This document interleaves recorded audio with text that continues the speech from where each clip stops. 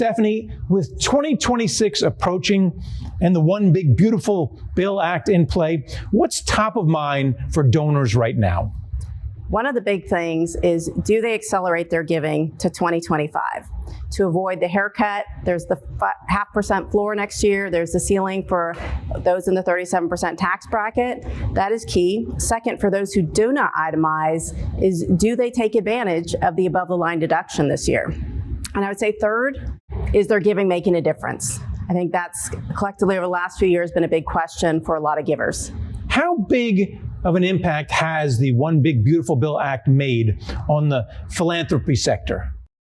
Nothing yet. It's to be seen, because the big question is, will people accelerate their giving? Will they continue to give with the new tax structure? In my mind, philanthropy is in America's DNA. They give no matter what, but there could be some reduced giving potentially, but it remains to be seen. You say DNA, I say DAF, because donor advised funds have emerged as one of the most popular ways to give. What are you seeing on the DAF front? I agree with you 100%. It's a low-cost entry way to get into organized philanthropy. No longer do you need to have millions of dollars to set up a private foundation, to do the family meetings, decide where the giving goes. It gives you the best tax benefits.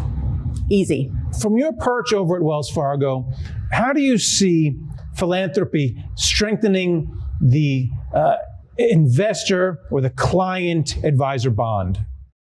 It is a whole different world when an advisor talks about philanthropy. They are going to learn things about a client that they would have never known if they didn't ask about a client's philanthropy. What we find is philanthropy is often goes deep into an experience that they or someone they love had, and the advisors are going to find what that is, and it just a whole different level of conversation.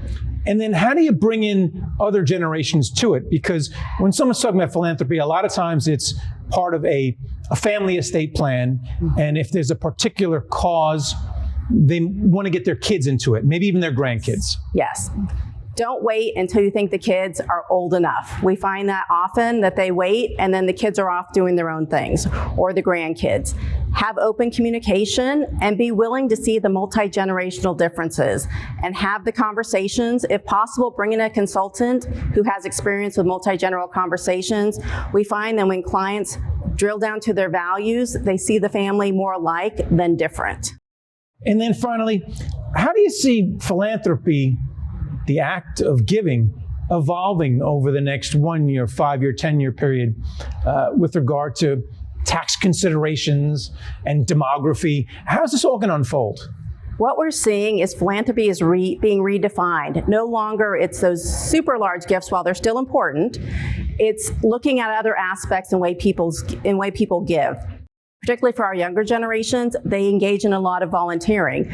Women also like to get involved in an organization before they'll make that larger gift. So as the nation shifts, we're likely to see the landscape of philanthropy change from what it has been to a different reality. But again, people are still giving, and they're still giving frequently. All right, well, thanks for coming on and talking about it. Thank you.